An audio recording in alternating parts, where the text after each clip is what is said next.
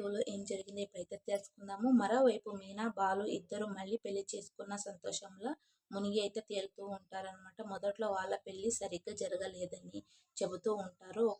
ఒకరిపై ఒకరైతే ఇష్టం లేకుండానే పెళ్లి చేసుకున్నాము చెప్పుకొచ్చింది మీనా వచ్చేసి. అవును, ఎలాగో 4 రోజుల్లో నన్ను వదిలేసి వెళ్తుంది అని. అప్పుడు మీనా మొహం కూడా చూడకుండా తాళి కట్టేశానని ఇంకా బాలు కూడా చెబుతాడు. కానీ ఈరోజు మాత్రం మీనా కళ్ళల్లోకి చూస్తూ మరీ తాళి కట్టాను. ఈ రోజే మాకు అస్సలు పెళ్లి జరిగిందని అనిపించింది. చాలా సంతోషంగా ఉంది అని ఇంకా బాలు చెప్తాడు సత్యం దగ్గర వచ్చేసి.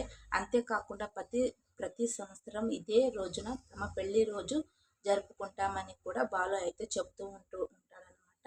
అందుకు సత్యం వచ్చేసి స్పందిస్తాడు. మీరు ఏ రోజు పెళ్లి రోజు చేసుకున్నా మాకు ఎలాంటి అభ్యంతరం అయితే లేదు. మీరిద్దరూ ఇలా సంతోషంగా నవ్వుతూ కలిసి ఉంటే అంతే చాలు అని ఇంకా సత్యం కూడా తన మనసులోని మాటలని చెబుతూ ఉంటాడనమాట బాలు మీనల దగ్గర. ఇంకా బాలు మీనా సంతోషంగా ఉండటం చూసి సత్యం కూడా ఎంతో ఆనందిస్తూ ఉంటాడనమాట.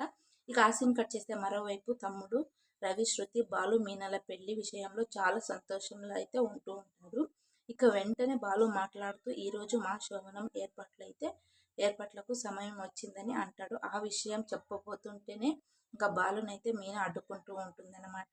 వెంటనే వాళ్ళ బెడ్రూమ్లోకి అయితే ఇంకా తీసుకెళ్తుంది మీనా వచ్చేసి. ఇంక అందరి ముందు అలానే మాటలేంటని ఇంకా బాలుపై అయితే ఇంకా కోపడుతుంది మీనా వచ్చేసి. ఇంకా చిలిపి కోపం చేస్తూ ఉంటుందన్నమాట మీనా వచ్చేసి. ఇంకా ఆ సీన్ కట్ చేస్తే పార్ట్ 3లో ఏం జరిగింది అనేది నెక్స్ట్ ఎపిసోడ్ అయితే చెప్తాను. మీకు నచ్చితే లైక్ చేసుకోండి.